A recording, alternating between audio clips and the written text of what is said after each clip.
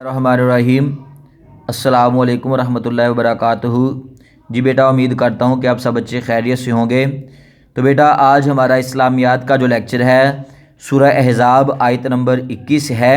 لَقَدْ كَانَ لَكُمْ فِي رَسُولِ اللَّهِ أُسْوَةٌ حَسَنَةٌ، بے شک اللہ کے رسول کی زندگی میں تمہارے لیے بہترین نمونہ ہے۔ لِمَنْ كَانَ يَرْجُو اللَّهَ وَالْيَوْمَ الْآخِرَ وَذَكَرَ اللَّهَ كَثِيرًا، اس کے لیے جو اللہ اور آخرت کے دن کی امید رکھتا ہو اور اللہ کو بہت یاد کرے۔ تو بیٹا اس آیت کے اندر نبی کریم صلی اللہ علیہ وسلم کے اسوہ حسنہ کے متعلق ہم نے پڑھا ہے کہ اس آیت مبارکہ میں نبی کریم صلی اللہ علیہ وسلم کی یہ خاص صفت بیان کی گئی کہ صرف اور صرف رسول صلی اللہ علیہ وسلم کی ہستی ہی وہ مقدس ہستی ہے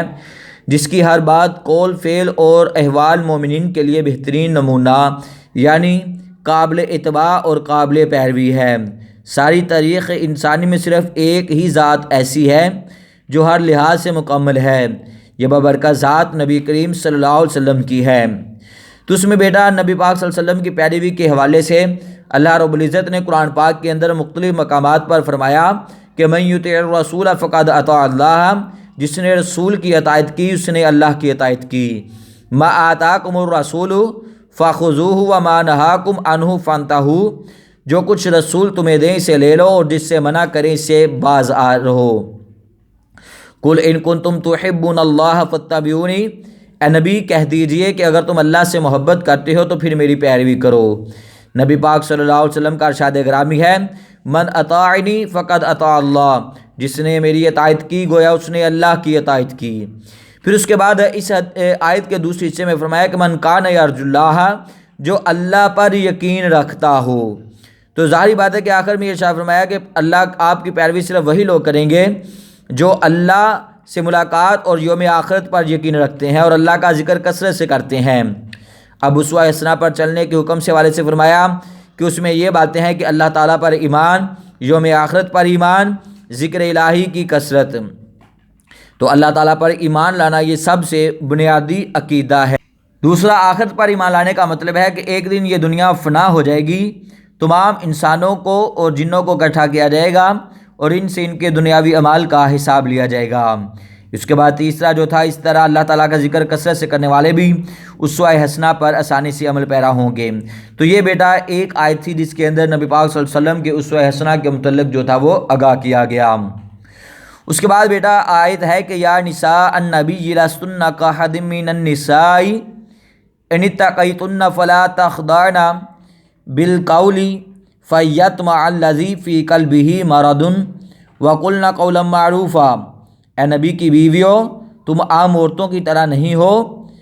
اگر تم اللہ سے ڈرنے والی ہو تو نرم لہجے میں بات نہ کرو کہ اس طرح کے لالچ میں نہ پڑ جائے کوئی ایسا شخص جس کے دل میں خرابی ہو، اور بات کرو صاف اور سیدھے طریقے سے۔ وَقَرْنَ فِي بِيُوتِكُنَّ وَلَا تَبَرَّجْنَ تَبَرُّجَ الْجَاهِلِيَّةِ الْأُولَى وَأَقِمْنَ الصَّلَاةَ وَآتِينَ، اور یہ کہ تم اپنے گھروں میں ٹھہری رہو اور نہ بناؤ سنگار کرو جاہلیت کے پہلے بناؤ سنگار کی طرح، اور نماز قائم کرو اور زکوٰۃ ادا کیا کرو۔ وَأَطِعْنَ اللَّهَ وَرَسُولَهُ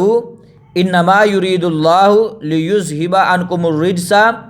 أَهْلَ الْبَيْتِ وَيُطَهِّرَكُمْ تَطْهِيرًا، اور تم اللہ اور اس کے رسول کی اطاعت کرو اور اللہ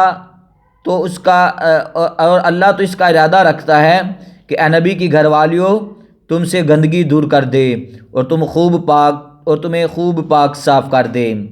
تو بیٹا ان آیات کے اندر جو سب سے پہلے ازواج مطہرات کی فضیلت کے حوالے سے بتایا گیا کہ اللہ تعالیٰ نے فرمایا کہ اے نبی کی ازواج تمہاری حیثیت اور مرتبہ عام عورتوں کا نہیں ہے، بلکہ اللہ نے تمہیں اپنے رسول کی زوجیت کا شرف عطا فرمایا ہے، اس کی وجہ سے تمہیں ایک امتیازی مقام حاصل ہے اور صلی اللہ علیہ وسلم کی طرح تمہیں بھی امت کے لیے ایک نمونہ بننا ہے۔ اس کے بعد یہ صرف ازواج مطہرات اور امت مسلمہ کی خواتین کے لیے ہدایت ہے، وہ کیا ہے کہ آواز میں نزاکت نہ رکھیں۔ اللہ تعالیٰ نے اگرچہ اس آیت میں امہات المومنین کو مخاطب کر کے فرمایا کہ وہ اپنی آواز میں نرمی اور نزاکت نہ رکھیں، بلکہ گفتگو کرتے وقت روکھاپن ظاہر کریں، کیونکہ خواتین کے نرم لہجے کی وجہ سے برے لوگ غلط مطلب لیتے ہیں، مگر یہ حکم امت کی ساری خواتین کے لیے یکساں اہمیت رکھتا ہے۔ اس کے بعد جو ہے کہ وَقَرْنَ فِي بِيُوتِكُنَّ، وہ گھروں میں ٹھہری رہیں، کہ اپنے گھروں میں ٹک کر رہیں اور بغیر کسی ضروری کام کے گھر سے باہر نہ نکلیں۔ یہاں وضاحت کر دی گئی کہ عورتیں سیاسی اور معاشی جھمیلیوں میں نہ پڑیں، بلکہ گھر کی چار دیواری کے اندر رہ کر امور خانہ داری سر انجام دیں۔ گھروں سے باہر نکلنے کے آداب کے حوالے سے فرمایا کہ ازواج نبی اور مسلمان خواتین کو گھر سے باہر نکلنے کے آداب بتائے گئے کہ اگر خواتین کو گھر سے باہر جانے کی ضرورت پیش آئے تو بناؤ سنگار کر کے مت نکلیں، بلکہ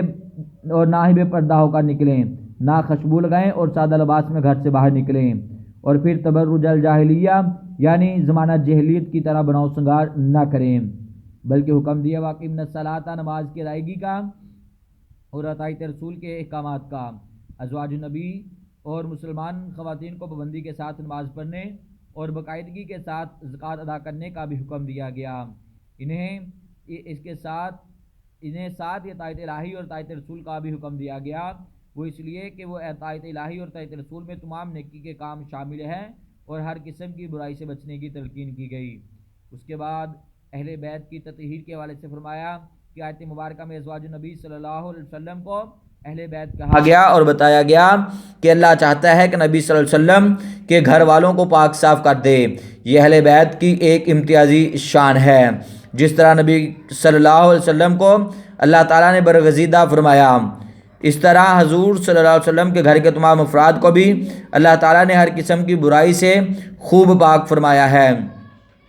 کیونکہ آیت مبارکہ کے آخر میں وَيُطَهِّرَكُمْ تَطْهِيرًا کے الفاظ ظاہر کرتے ہیں کہ حضور کے گھر کے افراد ہر قسم کے گناہ سے پاک ہیں۔ تو یہ بیٹا آج ہم نے سورہ احزاب کی 3 آیات کو پڑھا، ان کو بیٹا آپ نے اچھے طریقے سے تیار کرنا ہے۔ اس کے ساتھ آج کا ہمارا لیکچر مکمل ہوا۔ اللہ حافظ۔